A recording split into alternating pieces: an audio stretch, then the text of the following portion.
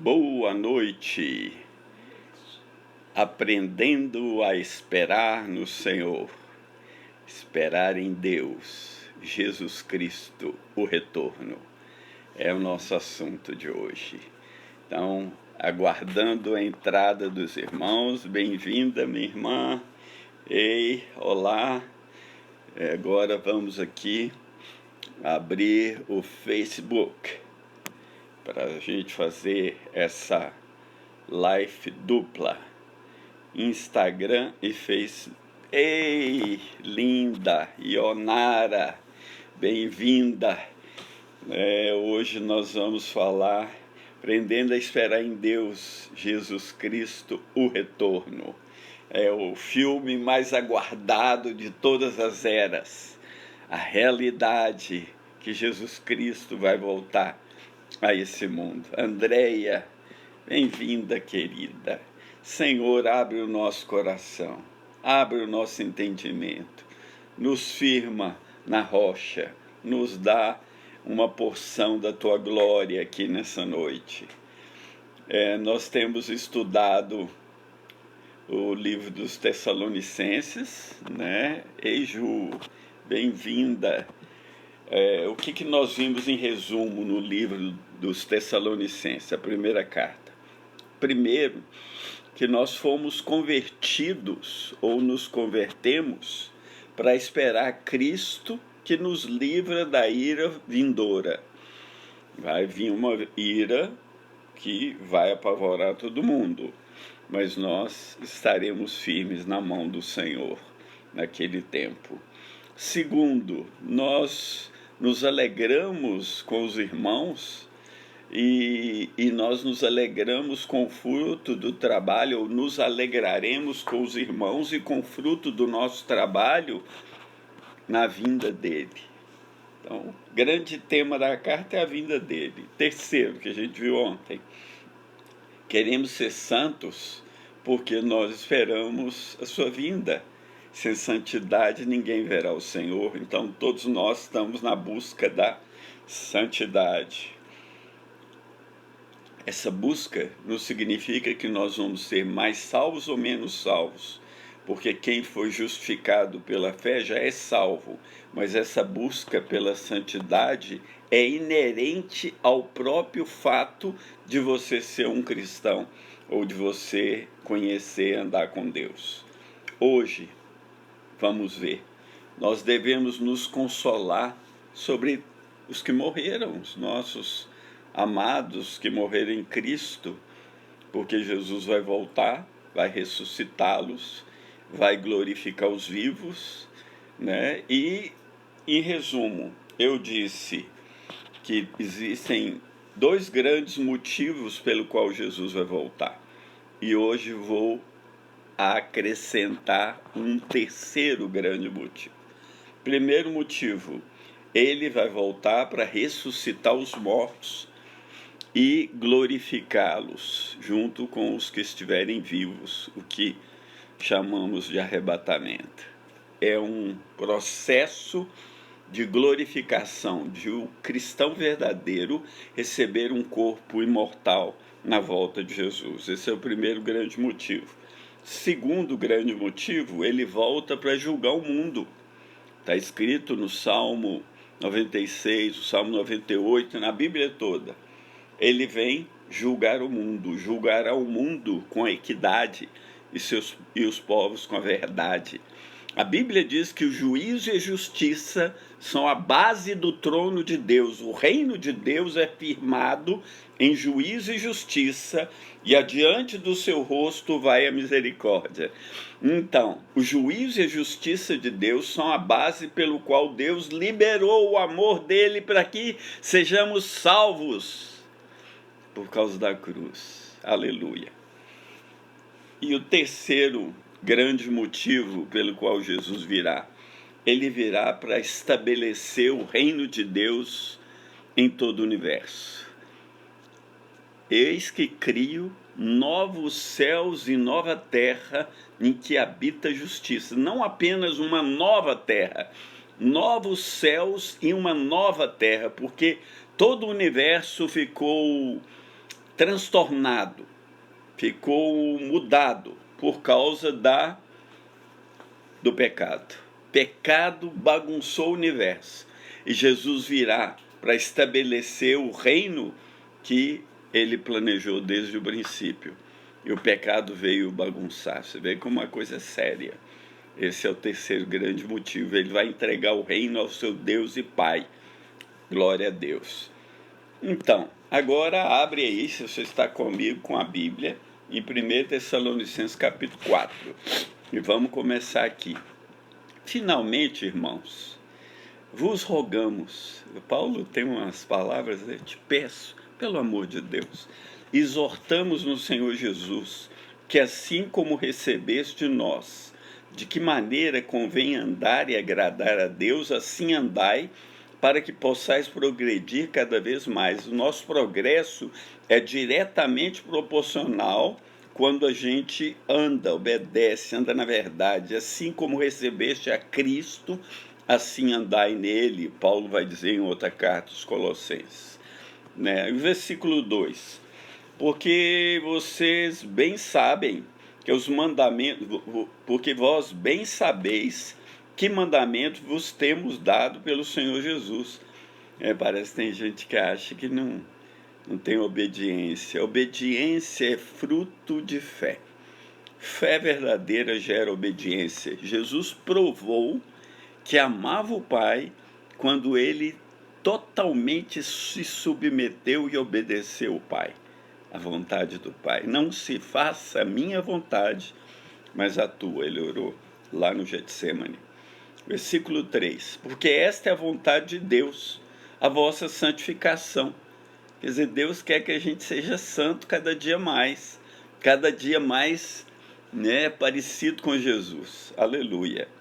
Que vos abstenhais da fornicação.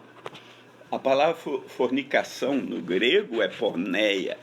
É todo o pecado na área sexual, tudo que é, e não só o pecado em si cometido, mas quando se deseja cometer. Então, fornicação nem passa na sua cabeça. Sensualidade, tira fora. Pornografia, desliga a televisão.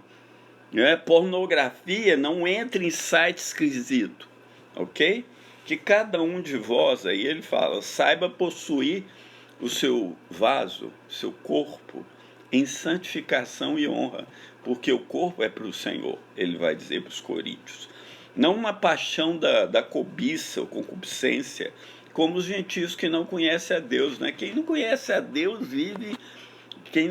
Deus vive na cobiça, vive cobiçando as coisas, vive desejando o que não é lícito. Ninguém, versículo 6, ninguém oprima ou engane seu irmão em negócio algum. Olha, cuidado, não faz negócio para oprimir ou enganar o irmão, porque Deus é o vingador, porque o Senhor é vingador de todas essas coisas. Isso não passa desapercebido aos olhos do Senhor, que os olhos dele olham, veem tudo. Amém. Como também antes vos dissemos e testificamos. Por quê? Versículo 7. Não nos chamou Deus para imundícia, mas para a santificação. Esse é o nosso chamado. Chamado glorioso, Sede santos como eu sou santo. Anda em santidade, pede perdão, conserte sua vida, arrepende seus pecados. Portanto, quem despreza isso, não despreza o homem, mas sim a Deus que nos deu também o seu Espírito Santo. Se Deus te deu o Espírito Santo é para que nós, eu e você, sejamos santos. Versículo 9. Quanto, porém, ao amor fraternal, vós mesmos não necessitais de que vos escreva, visto que vós mesmos estáis instruídos por Deus que vos ameis uns aos outros. Esse é o mandamento mais citado na boca de João, o apóstolo. Amar uns aos outros. Paulo, acho que ele praticamente está dizendo isso. Ele podia dizer assim, olha, como João, meu parceiro, tem instruído vocês desde o princípio, amem uns aos outros. É um novo mandamento que Jesus deu. E amar uns aos outros significa fazer parte da igreja do Deus vivo, que é coluna e baluarte da verdade, ter comunhão verdadeira. Nada de ficar pulando de igreja para igreja. Entra na sua igreja, a igreja que Deus te colocou, a igreja que prega a palavra de Deus, que prega a verdade, e permaneça nela. E versículo 10. Porque também já assim o fazeis, para com todos os irmãos que estão por toda a Macedônia. Essa turma aqui, eles eram demais.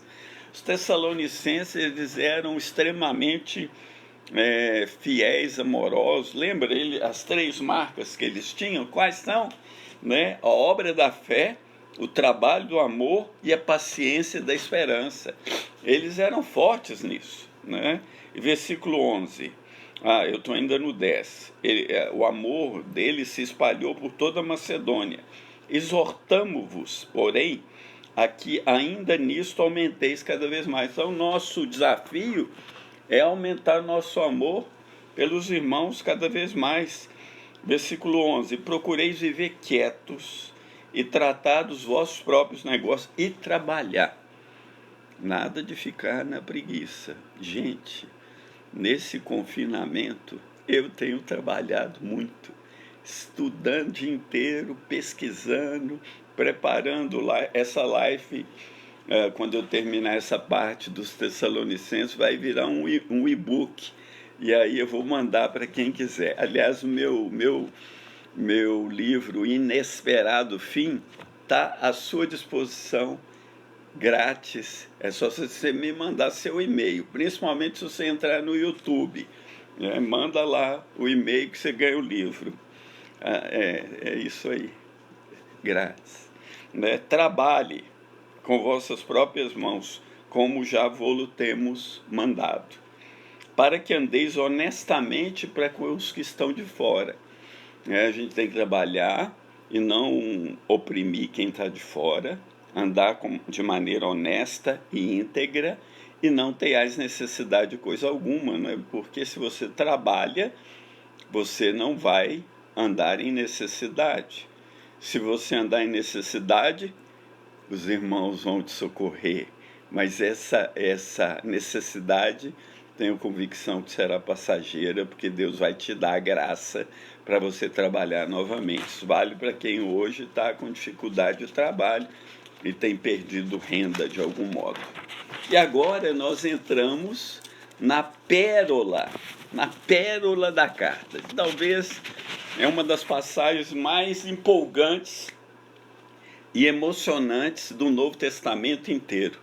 E eu peço que vocês tenham muita paciência, né? Uma paciência da esperança. Vai pacientemente comigo, navegando nesses textos da carta de Paulo aos Tessalonicenses, capítulo 4. E eu vou versículo a versículo primeiro, depois juntamos tudo, fazendo uma exegese aqui. Versículo 13. Não quero, porém, irmãos, que sejais ignorantes acerca dos que já dormem, para que não vos entristeçais como os demais que não têm esperança. Então, Paulo começa essa porção da carta, que é o coração, a pérola da carta, falando que os irmãos, eles provavelmente estavam ficando tristes a respeito de quem tinham morrido na igreja, ali na cidade, e eles estavam assim meio como o mundo, porque o mundo, quando alguém morre, não tem esperança em Deus, né? Nessa coisa de foi para o andar de cima, foi estar com Deus porque ele era bonzinho, isso aí é falso. Ninguém vai estar com Deus porque era bonzinho, porque não tem nenhum homem bom, nenhum sequer. Então os irmãos estavam perdendo a esperança a respeito dos que morriam. Eles estavam muito, talvez, empolgados a respeito de esperar Jesus dos céus, mas eles tinham dúvida sobre quem tinha morrido. E Paulo diz, não sejam ignorantes, irmãos. Ignorar não procurar entender a verdade. né? Ou ignorar a verdade, ou não aprofundar na verdade, ou não pesquisar a verdade. E eu penso que essa porção aqui, acho que vai esclarecer muitas coisas para nós a respeito do grande tema da carta, que é a volta de Cristo. E os irmãos estavam tristes, ignorantes acerca dos que tinham morrido, para que não vos entristeçais como os demais que não têm esperança. O mundo não tem esperança. O que o mundo vai esperar? Né? O que o mundo vai esperar? Né? O mundo espera, porque não crê. Como você vai esperar numa coisa que você não crê? Né? Então eles estavam assim. E Paulo encoraja eles: olha, vocês são a igreja que é paciente na esperança. Então eu quero anunciar para vocês que vocês não podem perder esperança como o mundo em relação aos que morreram. Esse é o ponto que Paulo está falando. Por quê? Ele vai explicar no 14. Por quê? Porque se cremos que Jesus morreu e ressuscitou, você crê que Jesus morreu pelos seus pecados? Você crê que ele foi sepultado? Você crê que ele ressuscitou ao terceiro dia? Ele morreu pelos nossos pecados naquela cruz. Ele foi sepultado, foi à mansão dos mortos, pregou os mortos em prisão, destronou o diabo e seus anjos na cruz, fez deles um escárnio e ele triunfou deles ressuscitando.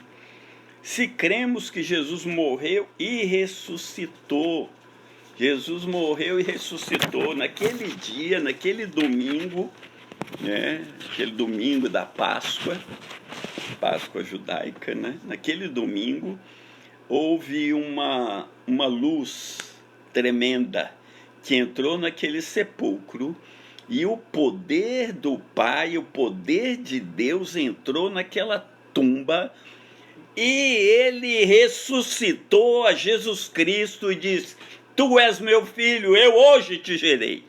Aleluia!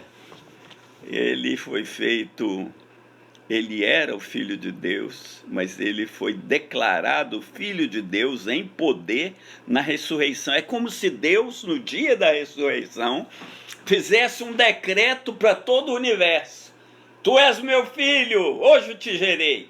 Olha, universo, eu estou declarando que eu aceitei o sacrifício da morte, eu aceitei a oferta de paz que ele fez por todo pecador, e eu confirmo isso ressuscitando de entre os mortos. Aleluia! E Paulo diz que ele ressuscitou para nos justificar, em Romanos 4.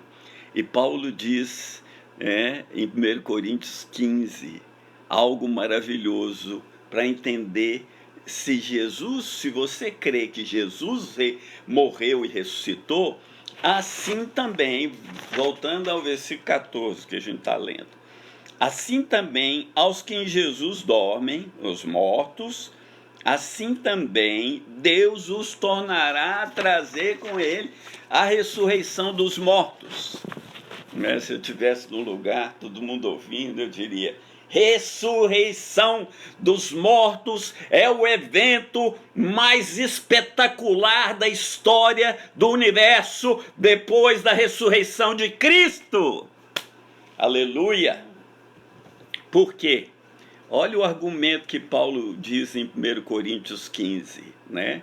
Ele diz que se os mortos não ressuscitam, também Jesus não ressuscitou, e é vã a nossa fé e permanecemos nos nossos pecados. Glória a Deus, os mortos ressuscitam, porque a nossa fé não é vã e ele nos libertou do pecado. Ele diz em Romanos 6, o pecado não terá mais domínio sobre vós, porque não estão mais debaixo da lei, mas debaixo da graça, e pela graça vamos viver, e pela graça vamos andar, e pela graça fomos salvos por meio da fé. Isso não vem de vós, é dom de Deus. Os mortos vão ressuscitar, e a prova é que Jesus ressuscitou. Por quê? porque ele é a primícia dos que dormem. Então, nessa porção, versículo 13 e 14, qual que é o tema? Os mortos, a ressurreição. Todos os que morreram em Cristo vão ressuscitar para a glória do Pai, né? E como os mortos vão ressuscitar? Deus os tornará a trazer com Cristo. É isso que está escrito no versículo 14, né? Deus, olha aqui, vou ler de novo. Deus os tornará a trazer com ele. Porque os mortos, né, quando alguém morre em Cristo, seu espírito vai para Deus, né? O seu espírito, se vai com a sua alma, provavelmente sim, alma e espírito, vai para Deus. E naquele dia, Deus os tornará a trazer com Cristo. Ou seja, é como se o Pai virasse, olhasse assim debaixo do trono, né? Porque eles dizem, até quando, Senhor? E ele diz, olha, vocês estão liberados, é hoje o grande dia, o dia da ressurreição. Hoje eu vou liberar vocês, o espírito de vocês vai retornar com Cristo e vocês vão receber o corpo que está enterrado, que virou pó, que foi destruído no mar, não interessa, porque o poder de Deus vai ajuntar cada molécula do seu velho corpo e vai glorificar cada molécula, cada célula, cada átomo, sei lá o que, do seu corpo e vai fazer deles um corpo único e mortal, de glória. Por quê? Porque os mortos vão vir com Cristo nos ares, está escrito, né? Eles vão vir com Cristo, né? Essa é uma verdade poderosa e libertadora para todos aqueles que morreram, né? E todos aqueles que vão morrer. Se você está me ouvindo e morrer antes de Jesus retornar, creia nesse dia, né? No dia da ressurreição, creia em Cristo, entregue seus caminhos a Ele, confia nele, o mais Ele fará. E aí Ele vai te chamar da morte para a vida. Todo mundo vai ressuscitar naquele dia. Eles vão ressuscitar porque vão ser liberados pelo Pai para o retorno. Por isso eu chamei o título de hoje, Jesus, o Retorno. Glória a Deus, glória a Deus, glória a Deus. Permaneça fiel. Versículo 15. Em seguida, o que ele fala no 15? Dizemos-vos, pois, isto pela palavra do Senhor. Então, Paulo agora, ele vai trazer uma palavra profética.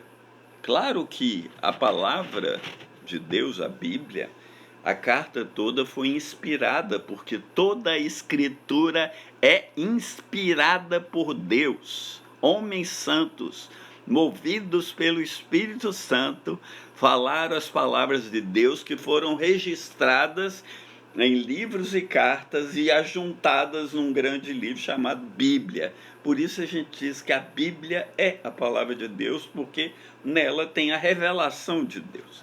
Então, no versículo 14, no 15, ele vai dar uma palavra profética. E qual é a palavra? Dizemos, pois, isso pela palavra do Senhor.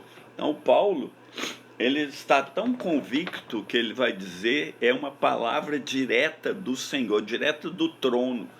Não fica ouvindo os profetadas de hoje. Por favor, ouça, estude a palavra de Deus e procure compreendê-la. Dizemos isso pela palavra do Senhor, que nós,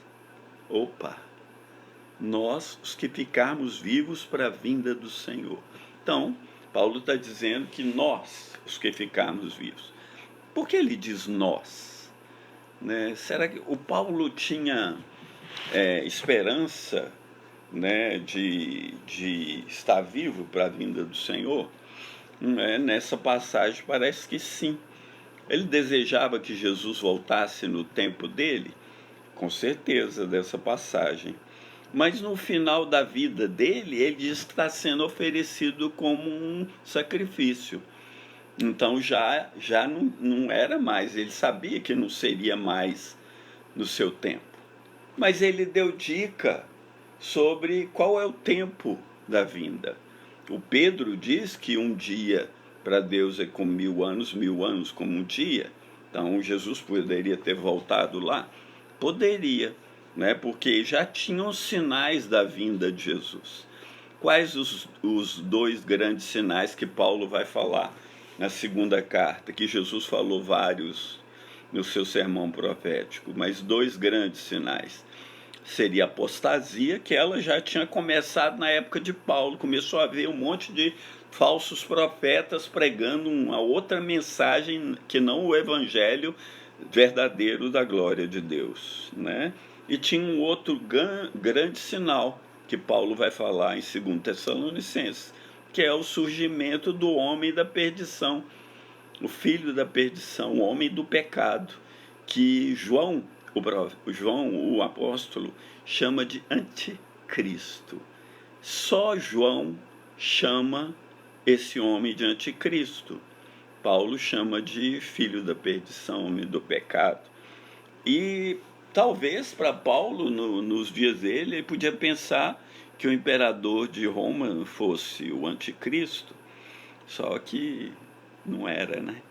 Apesar que desde o tempo de Paulo e João já existiam muitos anticristos. Os anticristos têm havido muito pela história da humanidade, mas um só é o anticristo que João fala, de que Paulo confirma chamando ele do homem do pecado, que nega Deus, o Deus verdadeiro, né? Ter Deus na boca não significa você crer no Deus verdadeiro. Então, nessa equação de Paulo, né, de apostasia e o aparecimento do anticristo, então ele podia até crer que Jesus voltasse nos dias dele, mas no fim da vida ele sabia que não ia, porque ele foi morto, né? Assim como Pedro. Pedro também falou sobre a volta de Cristo, mas Jesus tinha dito a Pedro que ele ia morrer. Então ele poderia saber que Jesus não ia voltar nos dias dele, né? Então, ele está profetizando para nós, que nós os que ficarmos vivos, não... Aí ele fala o seguinte, nós os que ficarmos vivos, estou no versículo 15, não precederemos os que dormem. Precederemos. O que é precederemos? Precederemos, a palavra é clara, né? Os mortos vão ter a primazia, eles vão ressuscitar. E os vivos, no momento seguinte, no abrir e fechar de olhos, serão transformados. Porque nós não vamos preceder. Primeiro os mortos saem dos túmulos, de onde for que morreram, no mar, nos átomos foram espalhados, e os que morreram queimados, que...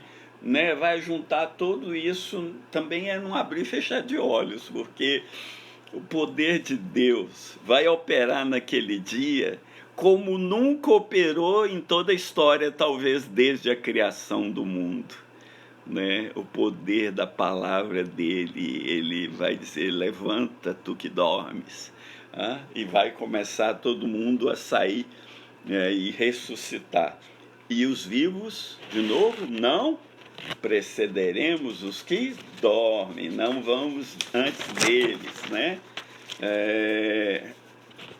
Aí, né, é inevitável a gente falar que, entendendo esse texto, você pode entender que não existe, falar aqui para vocês, de coração para coração, não existe arrebatamento secreto da igreja.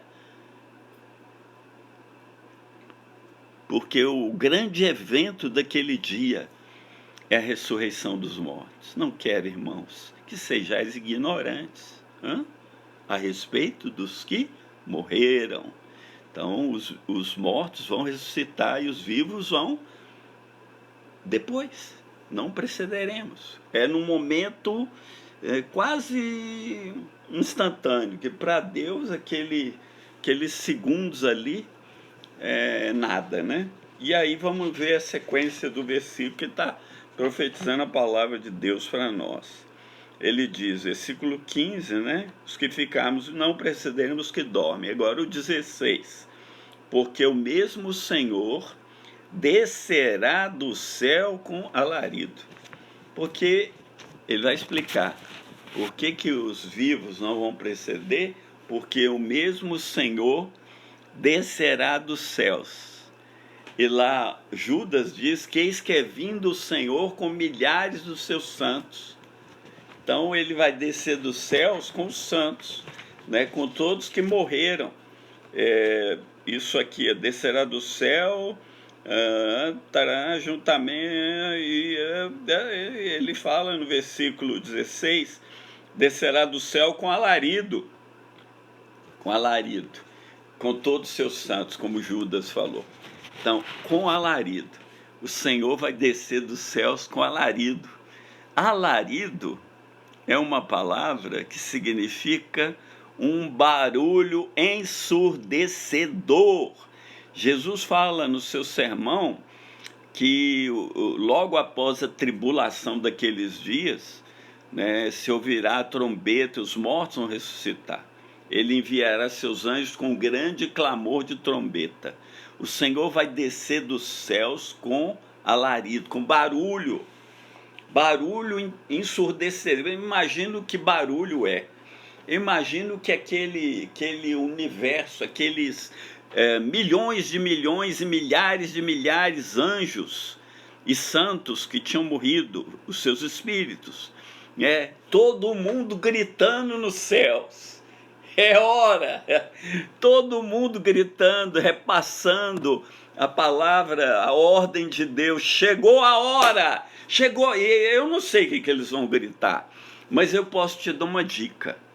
Se você for até Êxodo, quando Deus deu a lei a Moisés, sabe o que aconteceu? Houve um alarido, voz de arcão, alarido. A trombeta soava, o povo de Israel ficou aterrorizado, a montanha fumegava, havia relâmpagos sobre a montanha, e houve um barulho ensurdecedor, e Moisés diz, eu estou assombrado e trêmulo. Isso foi na manifestação de Deus no Monte Sinai, quando ele deu a lei a Israel. Agora, no dia do retorno de Cristo, vai haver um barulho como nunca houve na história da humanidade. Relâmpagos, sei lá, trovões, a glória de Jesus enchendo todos os céus, né? Aquele milhões e milhões e milhares de anjos enchendo tudo que você pode ver. Todos os homens ao redor do globo inteiro vão ver aquela glória toda. E o que vai acontecer? Com alarido, esse barulhão santo, e com a voz do arcanjo. A Bíblia fala de um arcanjo específico que é Miguel. Lá em Judas diz que ele brigou com Satanás pelo corpo de Moisés e disse, o Senhor te repreenda. Né? Me parece que Jesus dá ordem e o arcanjo sai pelas fileiras do exército celestial, aqueles milhões e milhões de anjos, ele sai voando como relâmpago e gritando, chegou a hora, sei lá o que ele vai gritar, né? Mas vai ser espetacular, algo tremendo, algo nunca visto jamais em toda a história da humanidade, no maior voz de ordem do arcanjo, repassando a ordem do Senhor pelas fileiras dos exércitos celestiais, voz de arcanjo, e com a trombeta de Deus, papai, a trombeta vai soar, e a trombeta ela desperta aqueles que estão. Eu fiz um colégio militar, todo dia eu via o toque da trombeta para a gente se reunir, mas essa trombeta de Deus, né, que Paulo cita aqui, também cita em 1 Coríntios 15, também citada no Apocalipse, que ele diz em 1 Coríntios 15 que é a última trombeta. Aqui diz trombeta de Deus. Eu creio que é a última. E eu creio que é a sétima, que quando a sétima trombeta soa lá no Apocalipse, está escrito: os reinos desse mundo se tornaram de nosso Senhor e do seu Cristo, e ele reinará para todo sempre. Aleluia. Então a trombeta vai soar, né? Vai despertar os mortos. A trombeta vai acordar, vai despertar, vai avisar, vai dizer: Deus, Jesus está voltando, Jesus está voltando, e vai ser um evento muito visível. Por isso não tem arrebatamento secreto. Deus não faz nada em secreto. Naquele dia vai ser algo glorioso, vai encher toda a terra, todo olho o verá. Apocalipse 1:7, todo olho verá. E o que vai acontecer? Ele vai vir com os anjos e com os santos, desce do céu com alarido, com a voz de arcanjo, com a trombeta de Deus, e os que morreram em Cristo ressuscitarão primeiro. De novo, Paulo, ele enfatiza o tema dele aqui nessa porção, subjacente à volta de Jesus, é a ressurreição dos mortos. Os que morreram em Cristo ressuscitarão primeiro. Jesus falou: não fica maravilhado que vem o dia que os mortos ouvirão a voz do Filho de Deus. Então todo o corpo que está morto, os espíritos vindo com Jesus, e ele dando ordem para o corpo, como ele diz: Lázaro, sai para fora. Mas naquele dia ele não vai dizer um nome específico, ele vai chamar todos para se levantarem dos túmulos, de onde foi que morreu, se morreu, onde foi, não interessa. Mas todos os mortos vão ressuscitar primeiro, depois nós. Seria lindo você dizer depois nós. Né? Paulo fala nós, eu já expliquei o nós para vocês.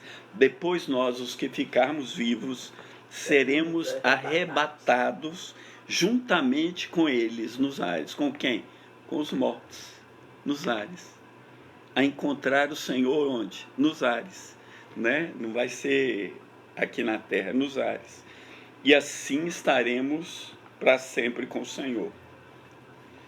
Não significa estaremos para sempre com Ele nos ares, mas estaremos para sempre com Ele no reino dEle, porque aí os eventos que vão suceder, a gente fala depois. E aí ele conclui essa porção dizendo: portanto, consolai-vos uns aos outros com estas palavras. Por quê? Ele começa dizendo: os irmãos estão tristes, estão ignorantes, estão tristes a respeito dos mortos. E agora ele diz: consolem-se, né, uns aos outros. Desde agora, é como se ele dissesse: a coroa da justiça me está guardada, irmãos, a qual o Senhor, justo juiz, me dará naquele dia, e não somente a mim, mas também a todos que amarem a sua vinda. Ame a vinda do Senhor, prepare-se para a vinda do Senhor, santifique a sua vida, não viva em vaidade, não seja inútil, não deixe a corrupção tomar conta de você, né? Creia na ressurreição dos mortos, creia que Jesus veio para isso, né? E fique consolado a respeito dos amados que morreram, né? Naquele dia, a maldição que foi pronunciada contra a terra, maldita é a terra por sua causa, será desfeita, porque Deus naquele dia, na sequência, ele vai dizer: eu crio novos céus e nova terra em que habita a justiça. E depois desse grande evento da vinda de Jesus, vem o juízo final sobre os ímpios. E nós vamos falar mais sobre ele na sequência. Evidentemente, nesse processo de aprender a esperar em Deus, você não pode dar ouvidos a fábulas feitas por homens desviados da verdade, ou que se baseiam em em textos, torcem textos das Escrituras. Você deve ler as Escrituras e não perder o foco da integridade delas. E aqui nessa porção de 1 Tessalonicenses, capítulo 4, de 13 a 18, o tema glorioso da volta de Jesus começa com a ressurreição dos mortos. E a ressurreição dos mortos é um dos pilares da nossa fé. Porque se os mortos não ressuscitam, também Jesus não ressuscitou, e a nossa fé é vã, e nós estamos permanecendo nos nossos pecados, porque ele ressuscitou para nos justificar do pecado. Então a nossa justificação, ela está diretamente ligada à ressurreição dos mortos. Por quê? Porque nós cremos que os mortos vão ressuscitar. E você e eu não sabemos se vamos estar vivos para aquele dia. Nós desejamos, como Paulo, ora vem Senhor Jesus, Maranata. Eu desejo estar vivo naquele dia. Mas se não tiver, se estiver morto, eu vou ouvir a voz do Filho de Deus me chamando para fora do túmulo. Aleluia! Glória, honra, majestade, louvor e poder seja dado ao nosso Senhor. Então, amados, nós estamos estudando, em resumo, nós estamos estudando sobre aprendendo a esperar em Deus. E nessa carta, Paulo fala que nós nos convertemos para esperar Cristo que nos livra da ira vindoura. Não creia nesse tipo de mensagem do evangelho moderno que tirou a ira da palavra de Deus, porque a ira está lá. Está lá as taças da ira no Apocalipse, os homens escondendo e gritando desesperados, porque Deus derramou a ira sobre o mundo no final. Vai derramar a ira vindoura. Nós nos alegraremos com os irmãos e no fruto do nosso trabalho quando ele vier. Nós queremos ser santos, porque nós esperamos que ele venha. E nós nos consolamos uns aos outros, mesmo se tivermos morrendo, ou alguns morreram, porque Jesus vai ressuscitá-los e vai nos glorificar e seremos imortalizados. Então, tragada será a morte pela vitória, e isso que é corruptível vai se revestir da incorruptibilidade, e isso que é mortal vai se revestir da imortalidade. Como Jesus tem o poder de a si mesmo a juntar todas as coisas pela palavra, como Deus deu a Jesus ter vida em si mesmo, ele nos dará vida em si mesmo, e essa é a promessa que ele nos fez, a vida eterna, que já começou, mas vai continuar pela eternidade, e nós seremos guardados pelo Pai para aquele dia. Amanhã encerrarei essa carta. Somos guardados para o grande dia do Senhor. Que o Senhor te abençoe, te guarde. Que o Senhor levante o rosto dele sobre você. Que o Senhor te esconda à sombra dessa rocha poderosa que é Jesus Cristo. E eu quero terminar orando. Se você está aí, do outro lado, então vamos orar juntos, continuar orando pelos amados. Hoje recebi notícias de gente, irmãos em dificuldades, e os irmãos já se mobilizaram e socorreram os irmãos que estavam em dificuldade. Então fica atento, ajude uns aos outros, sirvam uns aos outros, abençoe uns aos outros, ame uns aos outros, não cerre o seu coração se alguém tiver em necessidade, abençoe, dê. Tudo que depender de nós, nós faremos em nome de Jesus. Então vamos orar pelo nosso país. Vamos pedir o socorro, Deus. Como diz o salmista, socorro, Deus. Me ouviu quando clamei por socorro. Tirou-me de um poço de lama e perdição e colocou os meus pés sobre uma rocha. Eu te amo, ó Senhor, força minha. O Senhor é minha rocha, o meu rochedo, o meu lugar forte, o meu libertador.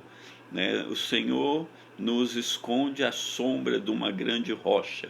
Aquele varão será como uma rocha eterna. Eis a rocha cujas obras são perfeitas. Obrigado, Pai.